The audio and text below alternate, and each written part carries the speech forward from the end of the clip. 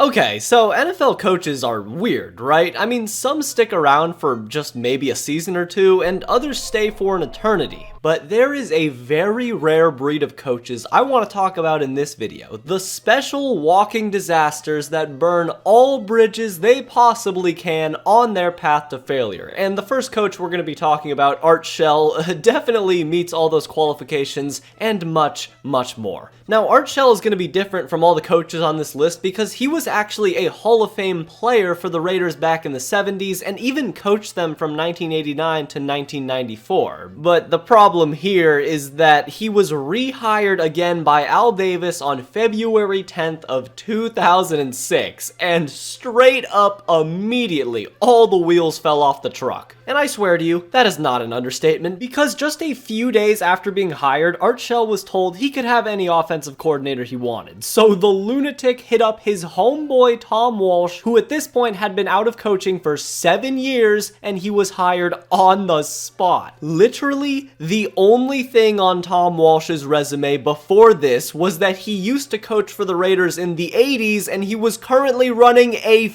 bed and breakfast in-house in Idaho. I guess none of that mattered because the Raiders just said screw it, went ahead and hired the both of them, and people were baffled even back then, as the headline for this article just speaks for itself. So after the Raiders now had their offensive coordinator and head coach, they decided to do the routine thing where they met the players, including the best wide receiver on the team outside of Randy Moss in Jerry Porter. So you know, Jerry Porter and his two coaches had a meeting and everything was going well until Jerry Porter said that he was going to go to Florida and train there. And Art Shell just lost it. Art Shell was not having it. He was livid and dropped the Pete Weber classic, "Who do you think you are, I am," or whatever, and that was that. And just after this confrontation, Jerry Porter requested a trade, which never happened, and now the culture was already out the window. And throughout the offseason, just about every single Raiders player was complaining that he was still running the team like it was the 1970s. You know, hard schedules, grueling practices, and very little breaks, and it just wasn't flying with the players at all. And remember, the Raiders hadn't even played a game yet, so although Art Shell had already lost the culture, he hadn't technically lost the locker room yet, but don't worry, that would happen in week 1. The game went about as horribly as it could have, as the Raiders put up 0 points, getting trounced by the Chargers, while their offensive coordinator Tom Walsh stood on the sidelines holding his goddamn breakfast menu as he orchestrated debatably the worst offense in NFL history. But yeah, after week 1, it was just a constant downward spiral for the 06 Raiders and Art Shell. This was a Raiders offense that had Randy Moss on it and still wasn't able to do anything on offense, finishing with the 8th worst offense by DVOA metrics of all time. And on the season, the Raiders barely won 2 games, and after another embarrassing loss to the Chargers late in the season, Al Davis canned Tom Walsh once more and finished the season leading the league in turnovers while also scoring the least amount of touchdowns throughout the whole year. So just a perfect combination right there. And you know, the saddest part is the roster was also at least semi-talented, with guys like Nnamdi Asomugha, Sebastian Janikowski, Shane Leckler, Derek Burgess, and more importantly, Randy Moss and Warren Sapp. 2 guys that could have been way more helpful if Art Shell and company didn't piss them both off instantly during training camp. But you know, according to an interview that was done on Warren Sapp at the time, somehow at least one guy on defense seemed to like Art Shell, unlike the forgotten predecessor to the Patriots even before Bill Belichick. Yep, let me introduce you to this blockhead right here named Rod Rust. Just like Art Shell, Rod Rust was once a very respected figure in New England. He was the defensive coordinator there from 1983 to 87, so people were fine with him coming back to be the head coach when he was hired again in 1990. But there are some people that just kinda aren't equipped to be a leader of men, and Rod Rust would prove to be one of those guys, as he was a how you say, hands-off leader. And I guess that can work sometimes, but when your team isn't super motivated and your only Pro Bowler is on the goddamn O-line, then that is a perfect recipe for a grease fire of a season. But hey, it didn't start out that way though, as in literally the first game of the season against the Dolphins and Dan Marino, they were leading 21-6 and looked to set the tone for the new year, and they lost.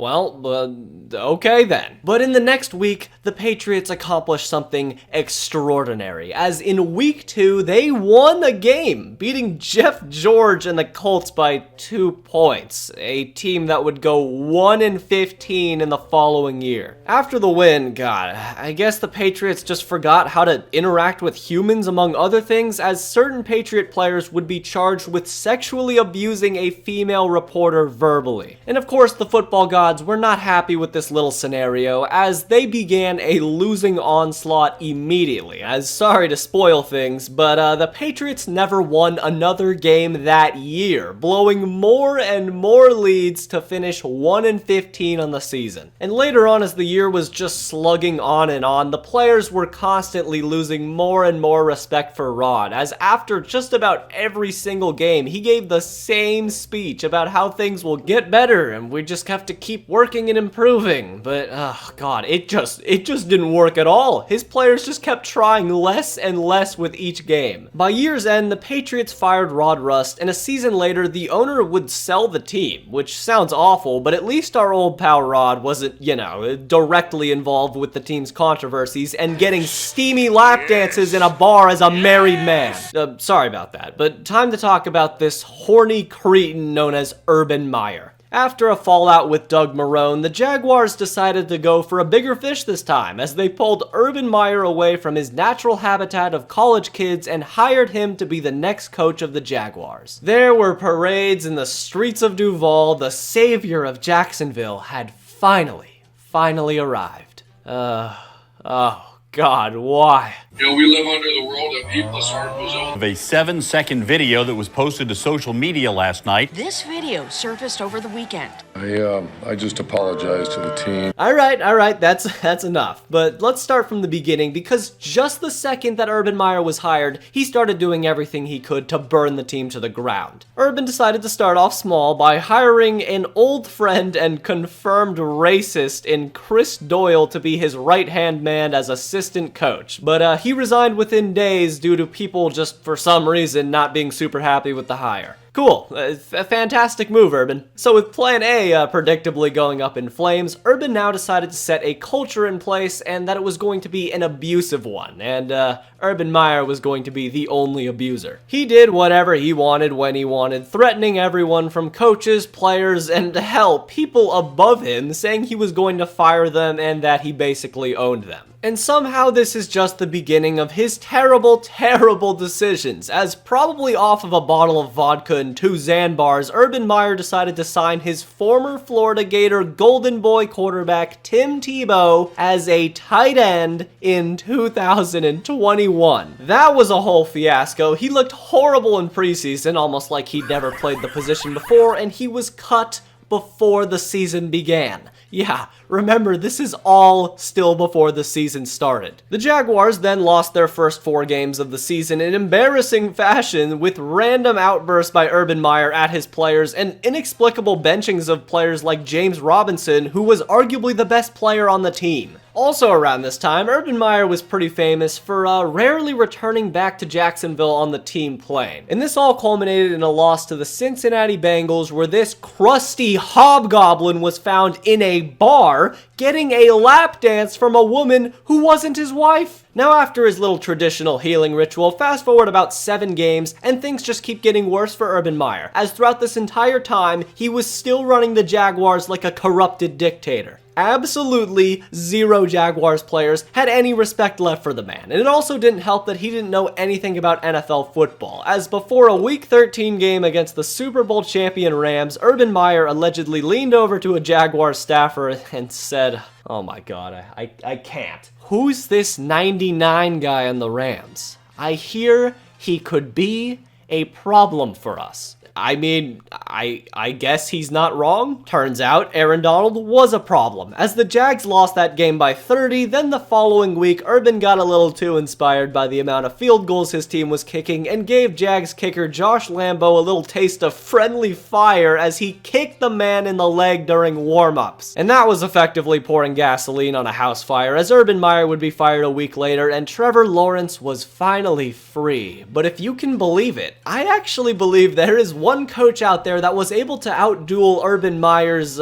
shenanigans. After a rough 2006 season, the king of coaching fiascos entered the scene as the Falcons hired Bobby Petrino, a college coach from Louisville, to pilot the team going forward. And for some very important context, just a year before signing this deal with the Falcons, he took a 10-year deal with Louisville and dipped after just one season. So, you know, he seems like a very loyal guy who's gonna stick around when things get tough. But for the Falcons, it also didn't help that before the season began, Michael Vick was imprisoned for dog stuff. So along with Bobby Petrino existing, it looked like Falcon fans were going to have to keep all sharp objects as far away as possible for the entire 2007 season. So he didn't have too many offseason shenanigans, but as the season actually began, during his time coaching the Falcons, he only won 3 games for them all year long, and only won those 3 games against teams with losing records, of course, losing all of his players' respect in the process. I mean, from every single player account, he was just a straight up asshole, as Falcons owner Arthur Blank got multiple phone calls from veteran players basically getting on their hands and knees and begging him to axe Petrino for good. And boy, Bobby Petrino loved to live up to his legacy and prove everyone's characteristics of him correct, as 1 year after stabbing Louisville in the back, this time he went for Atlanta's heart, as he effectively threw a game against the Falcons' #1 rival in the Saints, losing 34-14 in pitiful fashion. So, you know, all the players and coaches go back into the locker room, they're sad, it's just not a good environment overall, maybe you take a shower or whatever, then you go home, right? But wait, Coach Petrino is nowhere to be found. Nobody knew where he went after the game, and eventually the Falcons got the answer they were looking for as they turned on the TV and saw this. Without further delay, I'm pleased to introduce the 30th head football coach in the history of the Arkansas Razorbacks, Bobby Petrino. Bobby? What?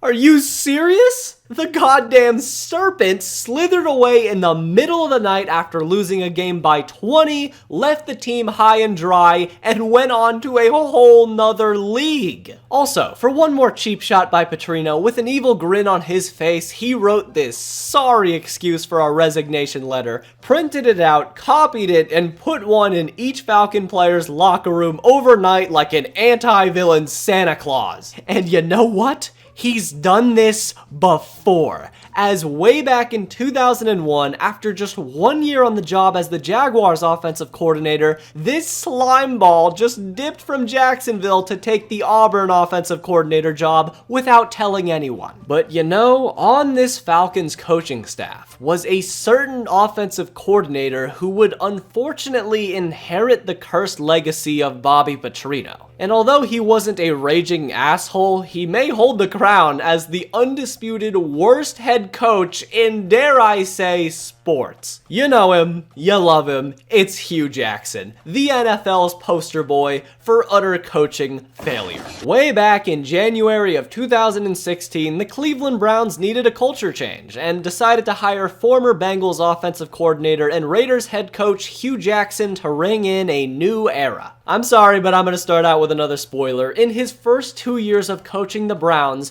Hue Jackson's record was 1-31. 1 win, 31 losses. I could just end the video there. I could, but we kind of need to know why Hue Jackson was such a bad coach, right? Well, there are a ton of reports from players that Hue Jackson's ego was just already huge, and by the time he got the head coaching job, it just grew to exponential levels. So after just a little over 2.5 seasons, Hue Jackson was fired by the Browns, and you know, at one point he did actually have his players' respect, but as he just stayed season after season, that respect slowly dwindled down into nothingness. And after he was fired, I mean, for God's sake, you had the Browns' actual starting cornerback, Demarius Randall, just laughing at him when the Bengals hired him to just barely be on the staff. And to take the disrespect to a whole nother plane of existence, the Browns, now freed of Hue's shackles, were up 21-0 on Hue Jackson's Bengals when the same guy, Demarius Randall, got an interception against the Bengals, then went over to Hue Jackson and handed him the ball and got a nice pat on the helmet. I don't think Hue Jackson really understands. I mean, it's pretty simple. Hue Jackson just wanted things done his way and wanted people